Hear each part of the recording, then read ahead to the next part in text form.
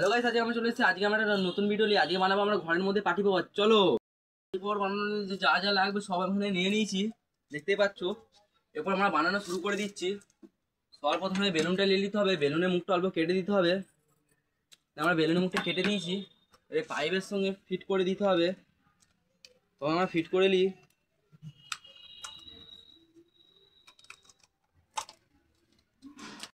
এখানে আমরা এই পাইপটার মধ্যে আর বেলুনের মধ্যে সেলোটেপটা চিটি দিই।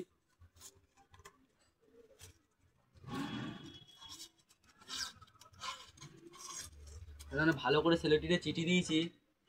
এর মধ্যে সব কাগজগুলোকে ঢুকিয়ে দিচ্ছি। যত কাগজ আছে সব এখানে ঢুকিয়ে দিলাম। এরপর আমাদের ট্রাই করে দেখা যাক কেমন হয়েছে। এবারে করা যাক, চলো 1 2 1 3। দাও এটা দেখার আগে তোমরা ভিডিওটাকে লাইক আর চ্যানেলটাকে সাবস্ক্রাইব করে দাও। যাক চলো, এটা কত সুন্দর। এখন যদি আরো ভিডিও দেখতে চাও তাহলে একটা ভিডিওতে কমেন্ট করে দাও। দেখা হচ্ছে নেক্সট কোনো ভিডিওতে।